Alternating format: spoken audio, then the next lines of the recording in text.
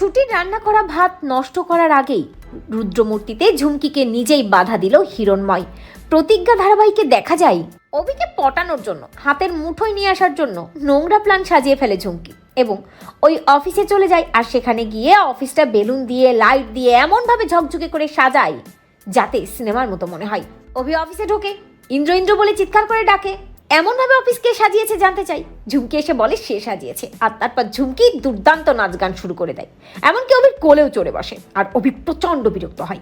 অন্যদিকে জ্যোতির্ময়ের ছেলেও ঝুমকির সাথে নাচতে থাকে আর ভাবতে থাকে এই মেয়েটি আমাকে জোকার সাজিয়ে দিল, এই মেয়েটিকে যে কবে ঘর থেকে আমি নামাবো। অপরদিকে একটা সময় দিশেহারা হয়ে গিয়ে রেগে গিয়ে ঝুমকিকে আচ্ছা মতো ধোলাই করে ফেলে ওই অভি। ঝুমকিকে এমনভাবে ধমক মারে ঝুমকি থেমে যায়, কান্নাকাটি শুরু করে, কিন্তু অভি পাত্তাও দেয় না। আর ঝুমকিকে বুঝিয়ে দেয় যে অফিসে সব ন্যাকামো চলবে না। অভি রুদ্রমূর্তিতে ঝুমকিকে বলে আমি বিবাহিত, আমার স্ত্রী আছে, আর আমার সাথে এই ঢংচং একদম করবে না। আমি আজকাল রাত্রি শেষ হলে সকালবেলা আমার স্ত্রীর কাছে ফিরে যাব, তোমার ন্যাকামো দেখার সময় আমার নেই। এই বলে অভি ঝুমকিকে ওখান থেকে তাড়িয়ে দেয়। আর ঝুমকিও ধোলাই খায়, তবে থেমে থাকে না, ভাবতে থাকে নতুন করে চক্রান্ত সাজাবে, অভিকে হাতের মুঠোই করবে। অভি বাড়ি চলে যায়, সকাল হয়ে যায়। দরজাটা নক করে, কিন্তু দরজাটা খোলাই থাকে। ভেতরে ঢোকে অভি এবং ছুটিকে খুঁজতে থাকে, কিন্তু ছুটিকে কোথাও পায় না। কিছুক্ষণ পর অভি দেখে ছুটি চুল মুছতে মুছতে ওয়াশরুম থেকে বের হচ্ছে। ছুটিকে সকালবেলা এভাবে দেখে অভি অবাক হয়ে তাকিয়ে থাকে, আর ছুটি চমকে যায়। অভিকে বলে এ কি, আপনি ঘরে কখন ঢুকলেন? অভি বলে এখনই ঢুকলাম, আপনাকে না বলেছিলাম ঘরের দরজাটা লক করে রাখবেন, করেননি কেন? আপনি করে অভি আর ছুটি কথা বলতে থাকে। সেখানে অভির মা চলে আসে এবং আপনি শুনে ফেলে। অভির মা অবাক হয়ে বলে এ কি, তোমরা দুজন আপনি করে কথা বলছো কেন? অভি কথাটা ঘুরিয়ে নিয়ে বলে না না, তুমি তুমি তুমি করেই বলছি। ছুটিও বলে হ্যাঁ হ্যাঁ তুমি করেই বলছি আমরা। অভির মা বলে আমার মনে হলো আমি শুনলাম আপনি করেই বলছো। যাই হোক, আজকে কিন্তু বৌভাতের অনুষ্ঠান, কিছু নিয়ম কানুন আছে, ছোট করে হলেও নিয়ম কানুনগুলো পালন করতে হবে। তা ছুটি তুমি কি রান্না বান্না কিছু করতে পারো? অভি এগিয়ে এসে বলে হ্যাঁ মা, ছুটি সব রান্না করতে পারে, খুব ভালো রান্না করতে পারে, তোমার জন্য কত লক্ষ্মী বৌমা নিয়ে এসেছি বলো তো মা। অভি যে ছুটিকে সাপোর্ট দেওয়ার চেষ্টা করছে, অভির মা সেটা বুঝতে পারে এবং অভিকে বলে হ্যাঁ সেটা তো বুঝতেই পারছি, আমার ছেলেটি আসলে বড় হয়ে গেছে আর কত বুদ্ধি করে কত কাজ করছে সেটাও বুঝতে পারছি। অভি কিছুটা লজ্জায় পড়ে যায়। ছুটিকে নিয়ে বাইরে বেরিয়ে যায় অভির মা। বাইরে গিয়ে বুঝিয়ে দিতে থাকে যে রান্নাঘরে কি কি করতে হবে এবং নিজে হাতে ভাতটা কি রান্না করতে পারবে। আজকে তো সবার পাতে ঘি ভাত দিতে হবে। ছুটি হাতটা পুড়িয়ে নেবে না তো? অভির মায়ের খুব চিন্তা হতে থাকে। অন্যদিকে এশা ঠাম্মির কানে এই খবরটা দিয়ে দেয় যে মা কিন্তু ছুটিকে দিয়ে রান্না করানোর চেষ্টা করছে। এশার কথা শুনে ঠাম্মি বেশ রেগে গিয়ে হিরণময়কে ফোন করে এবং বলে হিরণময় তুমি পরীকে এই বাড়িতে পাঠিয়ে দাও। হিরণময়, পরী ছাড়া তো আমার কোনো গতি নেই। আসলে আমাদের এই 15 বছরের স্বপ্ন সত্যি হবেই হিরণময়, পরীর সাথে আমি অভির বিয়ে দেবই, আর পরী এ বাড়িতে থাকলে সেটা ভালো হবে। অভি বুঝতে পারবে সে কি হারিয়েছে সেটা। হিরণময় কিছুতেই রাজি হতে চায় না, কিন্তু একটা সময় ঝুমকি নাটক করে বলে বাবা আমাকে যেতে দাও বাবা, আমি অভিকে ছাড়া বাঁচবো না, অভিকে আমার চাই বাবা, অভিকে আমার চাই। আর তাছাড়া ওই ছুটি আমার সব কিছু কেড়ে নেবে, এটা আমি মানতে পারবো না বাবা, অভিকে আমার চাই। আমি জানি অভি আমার হবেই, কারণ অভি তো আমাকেই ভালোবাসে, আমার ভালোবাসা মিথ্যে নয় বাবা। হিরণময় আর বাধা দেয় না, ঝুমকিও বেরিয়ে পড়ে ওই বাড়িতে যাওয়ার জন্য। অন্যদিকে দেখা যায় ছুটি যখন রান্নাঘরে রান্না করতে যাবে, ঠিক তখনই ঠাম্মি গিয়ে বাধা দেয় এবং ঠাম্মি চিৎকার করে বলে না, ও এ বাড়ির রান্নাঘরে ঢুকবে না, আমি ওকে বউ হিসেবে মানি না, ও রান্নাঘরে ঢুকবে না।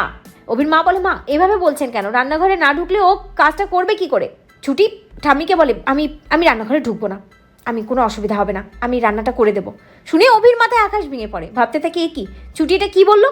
ছুটি ঠাম্মিকে বলে হ্যাঁ ঠাম্মি আমি রান্নাটা করে দেবো। আচ্ছা আমি যদি রান্নাঘরে না ঢুকে রান্নাটা করতে পারি, আমার একটা শর্ত আছে, আপনারা খাবেন তো? ঠাম্মি বলে ঠিক আছে যাও, যদি তুমি রান্নাঘরে না ঢুকে রান্নাটা করতে পারো তাহলে আমি খাবো, কথা দিলাম। অভি শুনে চমকে যায়। অন্যদিকে সবাই ভেবে নেয় এই মেয়ে কিছুতেই রান্না করতে পারবে না। ছুটি বাগানে চলে যায় আর বাগান থেকে কাঠের টুকরো কুড়োতে থাকে, রান্না করবে তার জন্য। অপরদিকে দেখা যায় অভি সেখানে গিয়ে ছুটিকে বলে যে আপনি কি করার চেষ্টা করছেন বলুন তো, কিছুই তো বুঝতে পারছি না, এভাবে রান্না করা যায় নাকি? ছুটি বলে করা যায়, আমি করে দেখাবো, আপনি এত বেশি কথা বলবেন না। সেখানে ঝুমকি চলে যায় এবং বাগানে দুজন গুজুর গুজুর ফুসুর ফুসুর করছে দেখে ঝুমকি জ্বলে পড়ে মরে যায়। ঈশাকে ফোন করে, ঈশা বাইরে আসে এবং ঝুমকিকে জানায় যে ওরা রান্না করার চেষ্টা করছে আর ঠাম্মি শর্ত দিয়েছে ছুটি একা হাতেই রান্না করবে। সেখানে অভি দাঁড়িয়ে আছে একটুখানি উস্কে দেওয়ার জন্য, ছুটিকে ফাঁদে ফেলার জন্য। ঝুমকি এগিয়ে গিয়ে বলে ঠাম্মি তো শর্ত দিয়েছে ছুটিকে একলা রান্না করতে হবে। অভি তুমি এখানে কি করছো, তোমার তো এখানে থাকা উচিত না। অভি ছাতাটা ধরে বলে আমি আমার বউয়ের মাথার উপর ছাতা ধরে আছি আর সেটাই ধরে থাকবো, কারণ আমার বউয়ের রোদ লাগছে তো দেখে আমার খুব কষ্ট হচ্ছে। ছুটি মনে মনে ভাবে কি নাটকটাই না করছে। অন্যদিকে ঝুমকি জ্বলে পুড়ে মরে যায়। কিছুক্ষণ দাঁড়িয়ে ঝুমকি আর এশা দেখতে থাকে। তবে এই গরমের মধ্যে দাঁড়িয়ে থাকতে একেবারেই ভালো লাগে না ঝুমকি আর এশার। অন্যদিকে ছুটি নিজের মতো করে রান্না করতে থাকে আর অভিকে বলে আপনি এখান থেকে যান, নয়তো আমি শর্তে হেরে যাব। অভি ছুটিকে হারাতে চায় না, তাই অভি বলে ঠিক আছে আমি যাচ্ছি, তবে আমি চাই আপনি শর্তে জিতুন। ছুটি নিজের হাতে রান্না করতে থাকে। অপরদিকে হিরণময় বাড়িতে বসে ভাবতে থাকেন না না, আমি একেবারেই স্বস্তি পাচ্ছি না। আমার পরিমাকে ও বাড়িতে নিয়ে গেল কেন? মাঝে মাঝে কি করে না, পরিমা ও বাড়িতে গিয়ে আরো বেশি কষ্ট পাবে। আজ বৌভাতের অনেক রিচুয়াল ও বাড়িতে হবে, আমার মেয়েটি তো কষ্ট পাবে এসব কিছু দেখে। না না আমি যাই, পরিমাকে নিয়ে আসি। এই বলেই রায়বাড়িতে আসার জন্য হিরণময়ও বেরিয়ে পড়ে। অপরদিকে দেখা যায় যে কিছুক্ষণ পর আবারও বাগানে আসে ঝুমকি। দেখার চেষ্টা করে ছুটি রান্নাটা করছে কিনা, এবং ঝুমকি দেখতে পায় ছুটি ওই টুকরো টুকরো কাঠ দিয়ে ঠিকই ভাত রান্না করে ফেলছে। ঝুমকি এটা দেখে অবাক হয়ে যায়, ভাবতে থাকে না না, কিছুতেই আমি ছুটি তোকে জিততে দেবো না, কিছুতেই না, যা করার এই ঝুমকিকে করতেই হবে। এরপরে দেখা যায় ঝুমকি একটু আড়ালে গিয়ে জোরে জোরে একটা শব্দ করতে থাকে। ছুটি ভাবতে থাকে একই শব্দটা কোথা থেকে আসছে, ওদিক থেকেই তো আসছে। আচ্ছা দেখি তো বাগানে কি কেউ ঢুকলো নাকি, বাইরের কোনো লোকজন। এই বলে ছুটি ভাতটা রান্না করা ফেলে রেখে ওইদিকে চলে যায়। ভাতটা হতেই থাকে আর ঝুমকি সেই সময় ভাতের হাঁড়িটা উঁচু করে ধরে ফেলে দিতে যায়। আর ঠিক তখনই হিরণময় বাড়ির মধ্যে ঢুকে আসে এবং দেখে যে ওই ভাতটা ফেলে দেওয়ার চেষ্টা করছে ঝুমকি। হিরণময় এগিয়ে আসে এবং ঝুমকির হাতটা চেপে ধরে। ঝুমকি হিরণময়কে দেখে চমকে যায় এবং বলে বাবা বাবা তুমি এখানে? হিরণময় ঝুমকিকে বলে পরিমা তুই এটা কি করছিস? এই ভাতটা ফেলে দিতে যাচ্ছিলি কেন বল? তুই এই ভাতটা নষ্ট করতে যাচ্ছিলি? না আমি তোকে এটা করতে দেবো না, কখনো না।